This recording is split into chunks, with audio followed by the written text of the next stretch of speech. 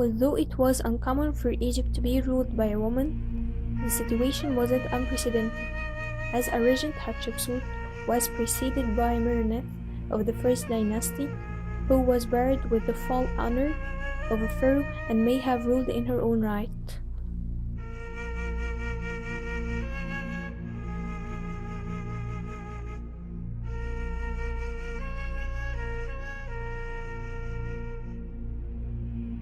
I'm Hatshepsut.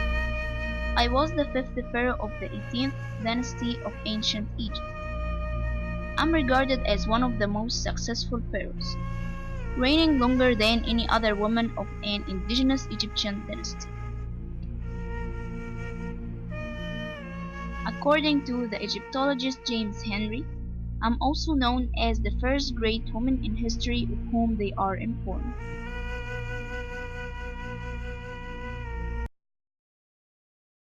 Despite the fact that the women in the Mamluk and the Ottoman era were isolated behind oriels, and the rules were confined within the world of slaves and harem. But Zeinab Khatun proved the opposite.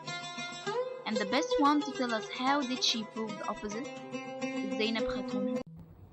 In 1798, the French came to Egypt, and the Egyptians began to struggle against the foreign occupation, and I participated in the struggle. I was harboring militants, and wanted to restore to the house when chased by the French. Was renowned for her kindness and benevolence when the idea of establishing the Egyptian University, later Fuad and currently Cairo, and it was first presented in 1907. The lack of funds impeded the realization of the project. It was only thanks to Princess Fatma that the project ultimately saw the light. And the best one to tell us how did she help establishing the university is I'm Princess Fatma Ismail. Being Egyptian means everything to me. That's why I donate jewelry and 6 acres adjacent to my villa where the Ministry of Agriculture stands. To the university in 1914, the foundation stone was laid, and a gala held in my honor, attended by Hidayat Abbas Helmi and Prince Ahmed Fuad and me. Then I dedicated the revenue from 658 acres of my land to be spent on the university.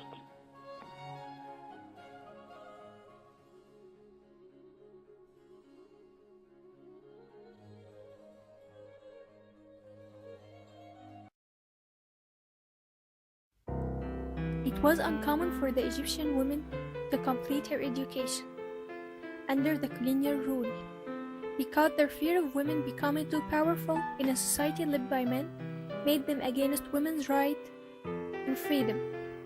But Nabawiya Musa challenged them and completed her education.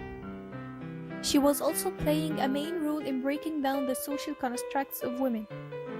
She and her partners in the feminist movement believed that a radical call for unveiling of women wasn't needed in the beginning of the movement, because Egypt wasn't ready to accept it. However, after attending a conference in Rome in 1923, she, along with Huda Sha'rawi and Siza Nabarawi, came back to Egypt unveiled as a proclamation to the Egyptian society.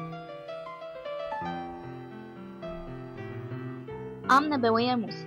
I am an avid writer and educator who gave lectures around Egypt, advocating for education of women.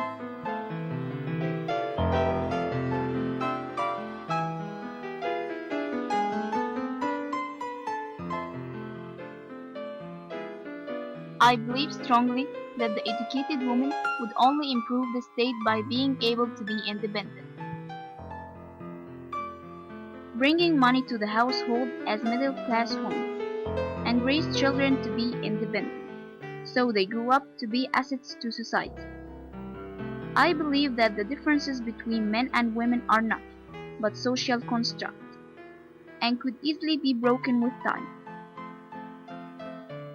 In my opinion, through education we can end sexual violence against women.